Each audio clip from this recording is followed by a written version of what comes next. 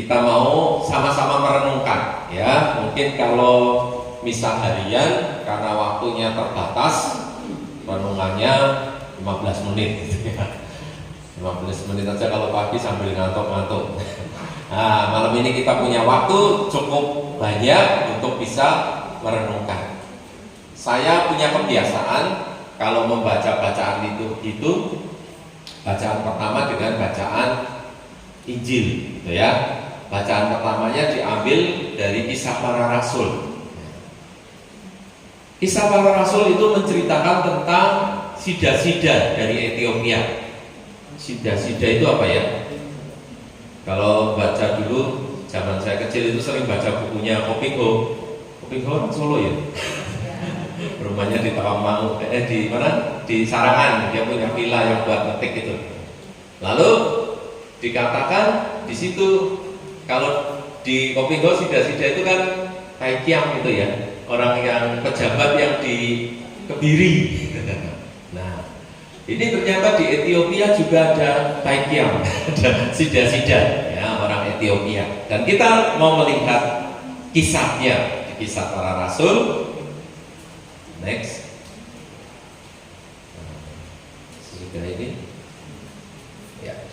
Lagi. Nah, ini kisahnya sida-sida ini ya. Sida-sida ini membaca dari kitab Nabi Yesaya ya. Lalu dia tidak mudeng, tidak paham. Dan kemudian ketika dia bertanya-tanya dalam hatinya, rupanya Roh Kudus nyambung. Dan Roh Kudus tidak hanya nyambung kepada Filipus, tapi nyambung juga sama Silis. Saya tidak janjian ya, Silis ya. Dia lagunya milik Peganglah tanganku Roh Kudus, gitu ya. Setiap hari ku tak dapat jalan sendiri tanpa Rohmu. Sudah. Nah, nyanyi terus tak barbar gitu.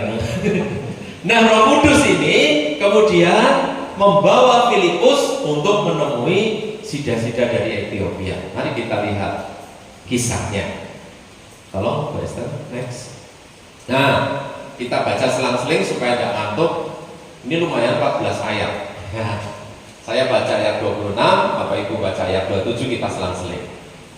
Kemudian berkatalah seorang malaikat Tuhan kepada Filipus, katanya, bangunlah dan berangkatlah ke sebelah selatan menurut jalan yang turun dari Yerusalem ke Gaza. Jalan itu jalan yang sunyi. Silakan.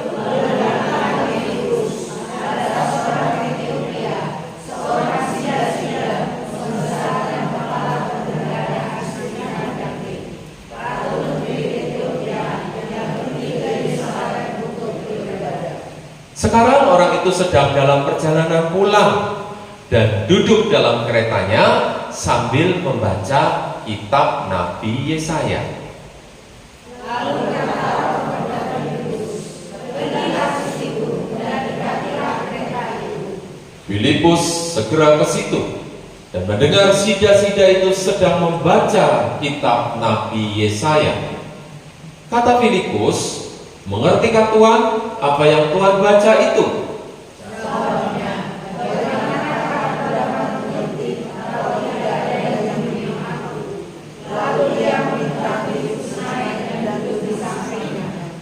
Nas yang dibacanya itu berbunyi seperti berikut. Seperti seekor domba, ia dibawa ke pembantaian, dan seperti anak domba yang keluh di depan orang yang menggunting bulunya, demikianlah ia tidak membuka mulutnya. Berlangsunglah hukumannya. Siapakah yang akan menceritakan masa usulnya setelah nyawanya diambil dari bumi? Maka kata sida-sida itu kepada Filipus, "Aku bertanya kepadamu, tentang siapakah Nabi berkata demikian? Tentang dirinya sendiri atau tentang orang lain?" Maka Nabi Filipus berbicara dan bertolak dari Mas itu. Dia melanjutkan perjalanan mereka dan tiba di suatu tempat yang ada air. Lalu kata sida-sida itu, lihat, di situ ada air. Apakah halangannya jika aku dibaptis? Salam Filipus, jika kawan percaya dengan segenap hati, boleh jawabannya. Aku percaya bahwa Yesus Kristus adalah Anak Allah.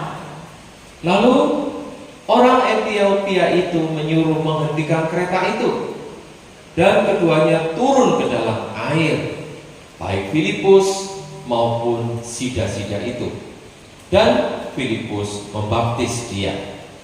Dan setelah mereka keluar air, Roh Tuhan tiba-tiba menaikkan Filipus dan sida-sida itu didekatnya lagi. Dia meneruskan perjalanannya dengan sukacita. Tetapi ternyata Filipus ada di Asdod. Ia berjalan melalui daerah itu dan memberitakan Injil di semua kota sampai ia tiba di Kaisarea. Demikianlah sabda Tuhan. Syukur kepada Allah. Ya. Baik, minta tolong Bu Esther kembali ke Injil, ya. Injil ayat 4, Yohanes 6 ayat 44. Nah, di situ di ayat 44 dikatakan, tidak ada seorang pun yang dapat datang kepadaku jikalau ia tidak ditarik oleh Bapa yang mengutus aku, dan ia akan kubangkitkan pada akhir zaman. Ya. Jadi kalau melihat bacaan pertama, sida-sida orang Ethiopia itu bisa percaya membaca kitab Nabi Yesaya, tadinya tidak mudeng kan? Lalu dalam hatinya saya yakin dia bertanya-tanya, dan Roh Kudus mengutus Filipus untuk menjelaskan, sehingga akhirnya dia paham. Dan itulah sida-sida Ethiopia itu ditarik kepada Bapa, ya, supaya apa? Supaya ia juga mendapatkan kebangkitan pada akhir zaman. Nah, lalu ada tertulis dalam kitab nabi-nabi, dan mereka semua akan diajar oleh Allah, dan setiap orang yang telah mendengar dan menerima pengajaran dari Bapa datang kepadaku. Kita semua juga begitu, ya. Bapak Ibu, coba saya mau tahu, di sini yang baptisnya dewasa siapa? Oh, hampir 50% ya. Terima kasih. Bapak Ibu masih ingat kita jadi Katolik karena apa? Ya. Kalau saya pribadi, orang tua saya dua-dua Konghucu. Saya jadi Katolik karena saya disekolahkan di sekolah Katolik. Ya, mama saya biarpun Konghucu, kepengen anaknya pinter, disekolahkan di sekolah Katolik. Saya aslinya Pemalang, bukan Semarang. Ya, tapi karena kuliah di Semarang, oma-oma di Semarang, ketemu jodoh di Semarang, jadilah orang Semarang. Sekarang lebih lama di Semarang daripada di Pemalang, karena saya kuliah dari di Semarang sampai sekarang. Ya. Lalu saya merasa mama papa saya itu Konghucu, emak saya itu gerejanya Betani, Betel, zaman dulu belum Betani, Betel, ya. Jadi saya sendiri kalau Imlek atau Cap Gome diajak orang tua saya pergi ke kelenteng, ya. Tapi saya kalau di kelenteng saya tidak kerasa, air mata saya menangis turun terus karena banyak asap hiu, tidak tahan saya, sesak nafas, air mata turun gitu ya. Jadi saya tidak kuat. Tapi kalau hari Minggu, tante saya, adiknya papa saya, itu gereja Katolik. Nah, kalau Minggu saya diajak sama saya, sama tante saya, ya. Dan saya merasa nyaman. Minggu pagi saya ke Katolik, ke gereja Katolik. Minggu sore saya diajak emak saya, oma saya, itu pergi ke gereja Betel. Gereja Betel zaman dulu tidak seperti sekarang, ya. Sekarang kan AC-nya full, ya, luas. Zaman dulu tidak seperti itu, tidak ada AC-nya. Nyanyi keplok-keplok, jogetan tambah sumo. Jadi saya waktu itu masih SD tidak betah. Tapi kalau di gereja Katolik saya merasa nyaman. Itu cara Tuhan memanggil saya. Saya kepengen jadi Katolik, papa saya tidak setuju. Masih kecil kok. Nanti kalau kamu berubah bagaimana?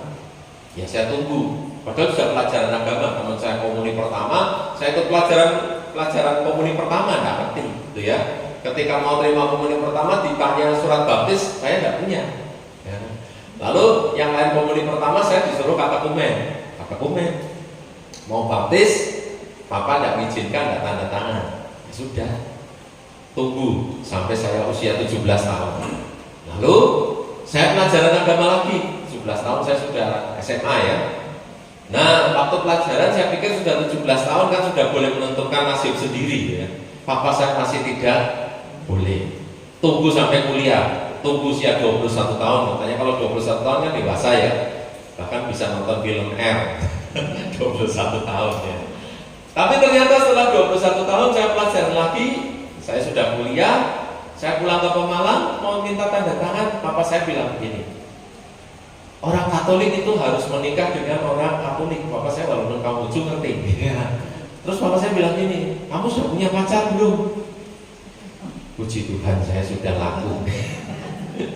Ya, karena nembak beberapa kali, yang terima baru dia. Jadi saya tunjukin fotonya dia.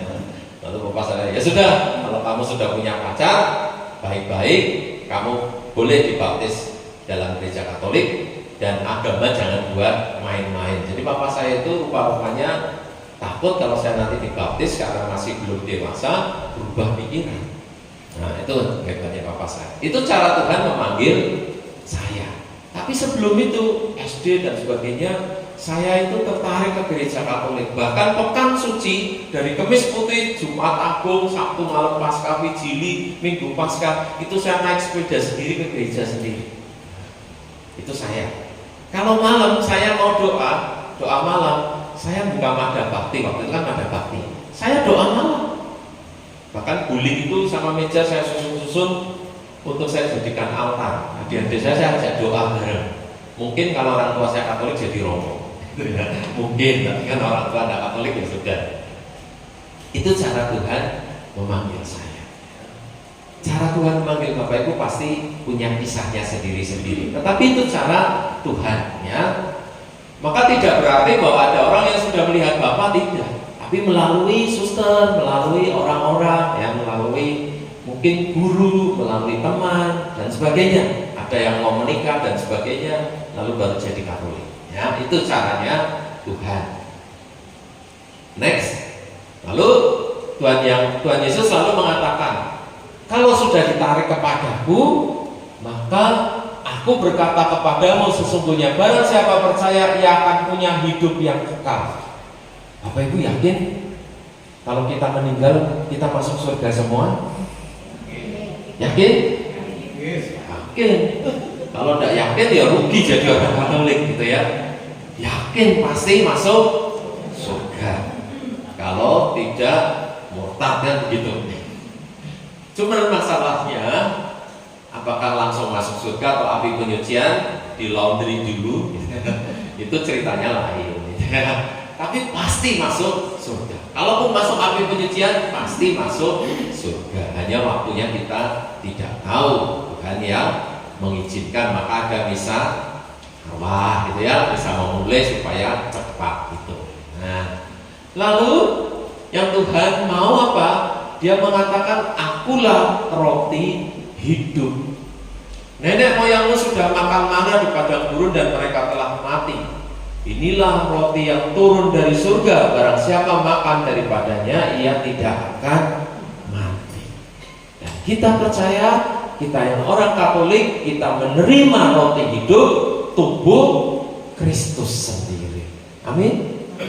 Ya. Bapak Ibu, ada yang pernah ke Lanciano, ke Itali, lihat mujizat Ekaristi? Ya.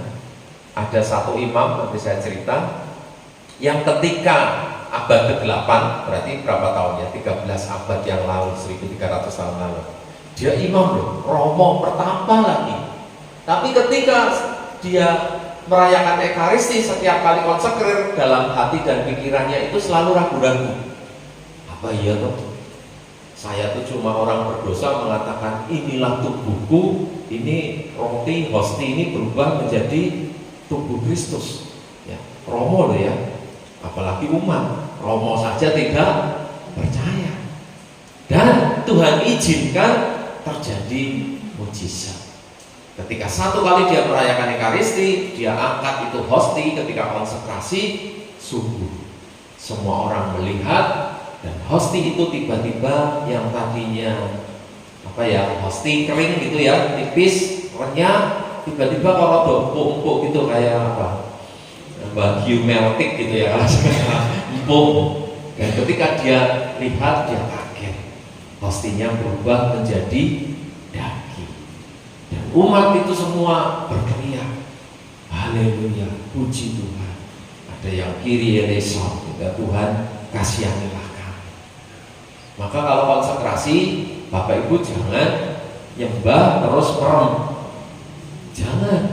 Ketika konsentrasi kering atau gong gitu ya, lihat, siapa tahu hostinya berubah jadi daging. Gitu. Maka lalu itu disimpan di Lanciano sampai sekarang. Ya, kalau lihat hostinya itu sebagian sudah menjadi daging.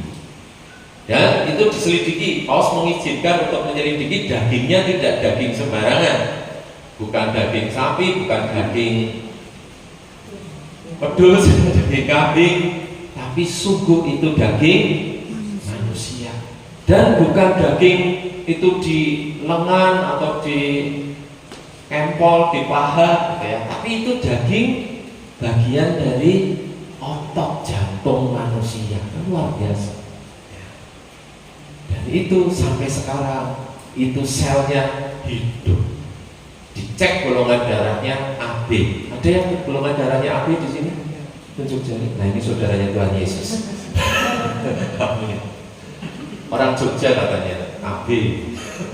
Plat nomor ya. Ya, ini.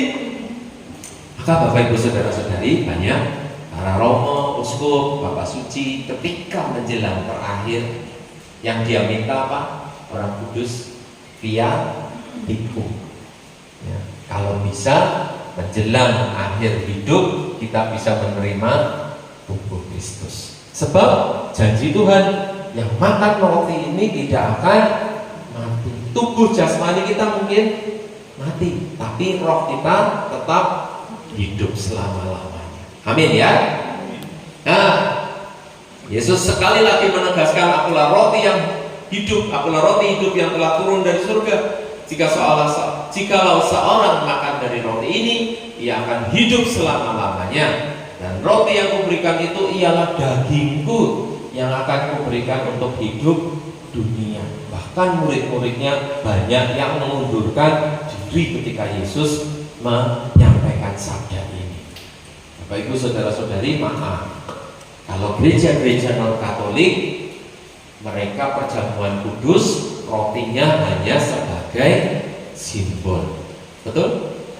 Maka mereka kadang-kadang ya maaf ya, roti tawar gitu kan, anggurnya kadang-kadang ya sirup ABC gitu.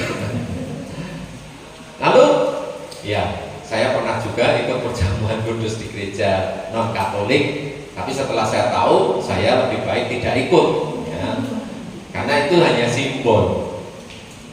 Dan bagaimana mereka mengkonsekrer? Kadang-kadang ada yang mengatakan tidak apa-apa ikut perjamuan kudus saja orang Katolik ya. Nah, buat kita kalau itu dilakukan, maaf, itu melecehkan Tuhan Yesus. Karena Yesus tidak mengatakan inilah simbol dagingku, enggak ya. Ayatnya mengatakan roti yang kuberikan itu ialah dagingku. Bukan simbol, tapi sungguh-sungguh dagingku. Bahkan ada murid-muridnya yang mengundurkan diri, sampai Yesus mengatakan kepada yang 11 rasul murid inti, kamu tidak mengundurkan diri sekalian. Kalau ini baca ayatnya sampai bawah. Artinya apa? Kalau Yesus mengatakan simbol atau Yesus tidak serius, dia akan bilang, jangan mengundurkan diri, kok aku ngomong simbol bukan dagingku. Tidak. Kamu tidak akan makan daging seperti orang kanibal. Tidak. Tapi Yesus mengatakan inilah dagingku. Dan ini tanda Yesus kepengen bersatu dengan kita. Tuhan mana yang kepengen bersatu dengan umatnya, dengan ciptaannya? Tuhan mana? Tapi kita punya Tuhan sungguh-sungguh ingin bersatu. Maka dia membuat tanda, dan tanda itu adalah sakramen Ekaristi. Ya. Dan yang saya cerita itu, imam itu bukan hanya roti, anggur yang dia konsekrer berubah jadi darah Kristus. Dan kalau sekarang kita melihat masih disimpan dalam cawan piala yang bentuknya gelas supaya orang bisa melihat. Dan itu darahnya, darah kan kalau lama-lama menggumpal, ya, itu menggumpalnya jadi berapa? 5 gumpalan. Dan 5 gumpalan itu diperiksa aneh. Gumpalan pertama ditimbang 15 gram. Nek emas 15 gram berapa ya? 4 gram. Cap 2 pial 15 gram. Aneh kan 15 gram. Lalu ambil lagi gumpalan kedua ditimbang lagi berapa? 15 gram lagi. Ya. Lalu ahlinya yang memeriksa ini justru timbangannya rusak. Ya. Ganti timbangan baru. Ditimbang lagi 1 gumpalan 15 gram. Gumpalan kedua 15 gram. Oh, kurang berat. Harusnya kan 30 gram. Tambahin gumpalan